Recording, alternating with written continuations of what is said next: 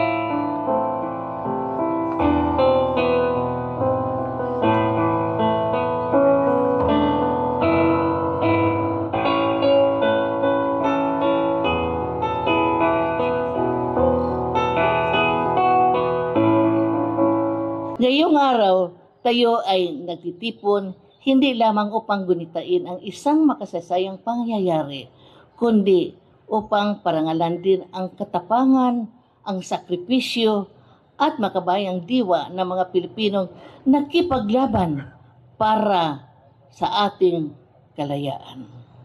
Ang mga aral ng ating kasaysayan ay hindi lamang dapat alalahanin, kundi isabuhay natin.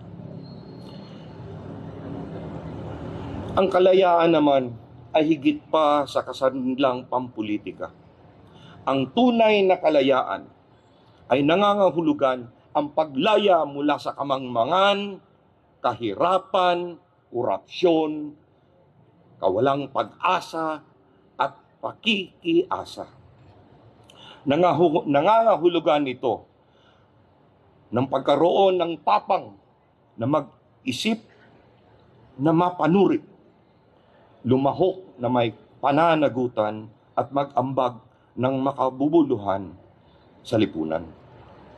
Babala ni Gato si Rizal, walang mga mang-alipin kung walang magpapaalipin. Pinapaalala nito na ang kalayaan ay may kaakibat na pananagutan. Ang isang malayang mamamayan ay hindi dapat maging tagamasid lamang. Ang isang malayang mamamayan ay hindi dapat isuko o ipagpalit ang kanyang tinig, ang kanyang konsensya, o ang kanyang pananalig sa katotohanan. Ang isang malayang mamamayan ay dapat mananatiling mapagmatyag sa pangangalaga ng demokrasya at pag-ingat sa pinakamahalagang paniniwala na nagpapapatagtag sa ating bansa.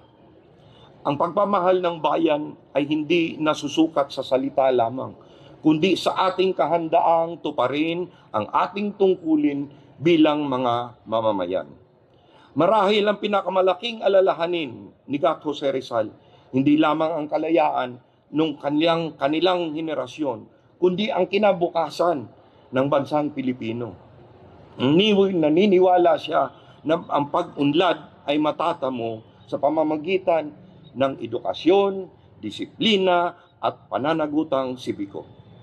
Ang hamong iyon ay nananatili sa gawaing kapaki-pakinabang dahil ang kinabukasan ay hindi maitatayo sa pamahalaan lamang. Hindi maitatayo sa pamumuno ng bayan. Hindi maitatayo sa pamamagitan ng pagpuna o pagkutya. Ang pagkabuo ng bansa ay nangangailangan ng pagbuklod, ating pagbuklod at pagsasabalikat ng responsibilidad. Gaya ng kasabihan, lahat ay gustong maging kapitan, ngunit walang gustong magsagwan ng bangka. Kung ganyan ang ating pag-iisip, hindi tayo uusad. Ang kinabukasan ay nakasalalay sa mga sambayanang handang magsagwan. Yaong mga gurong humuhubog sa isipan at katauhan. Yaong mga manggagawang gumagawa na may katapatan at dangal. Yaong mga negosyanteng lumilikha ng pangkabuhayan. Yaong mga magsasaka at mangingisda na nagbabanat ng buto upang makakain ang pamayanan. Yaong mga batang naniniwala na sila ang pag-asa ng bayan. Yaong mga lingkod bayan or tayong mga lingkod bayan na inuuna ang paglilingkod kaysa pansariling interes. Bawat Pilipino ay may papel na ginagampanan sa pagbuo ng mas matatag na bansa. Kung ang kasaysayan ang nagturo sa atin ng pag-aral ng kahapon at ang kalayaan ay nagbibigay sa atin ng pagkakataon, ang kinabukasan naman ang ating sama-samang pananagutan.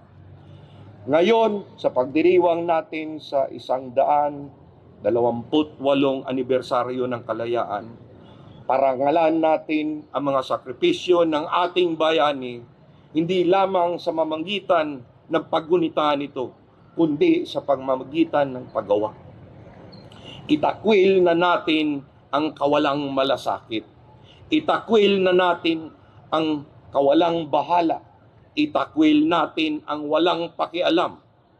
Itakwil natin ang pagkawatak-watak. Sa halip, yakapin natin ang pagkaisa, pananagutan, paglilingkod, at pag-unlad. Sapagkat ang kinabukasan ng Pilipinas ay hindi nakasalalay sa pampolitika lamang. Nakasalalay ito sa katauhan, paghahalaga at mga gawa ng kanyang mga mamamayan. Nakasalalay ito sa atin. Gaya ng paniniwala ni Gat Jose Rizal, taglay ng mga Pilipino sa kanilang sarili ang kakayahang magtayo sa bansang karapat-dapat ng kanilang kasaysayan, sa bansang karapat-dapat ng kanilang kalayaan, at karapat-dapat sa kanilang kinabukasan.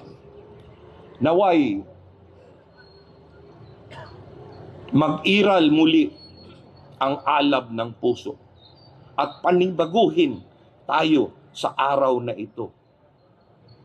Magbago ang ating panalig sa bayan, magbigay inspirasyon sa atin na magtulungan at magpapatatag sa ating pagtayo sa mas mabuting Pilipinas para sa darating na salinlahi. Kalayaan, kinabukasan, kasaysayan. Iisang asenso, iisang bayan, iisang kinabukasan. Maraming salamat. Mabuhay ang sambayanang Usamisnon. Mabuhay ang Misamis Occidental. Mabuhay ang Pilipinas.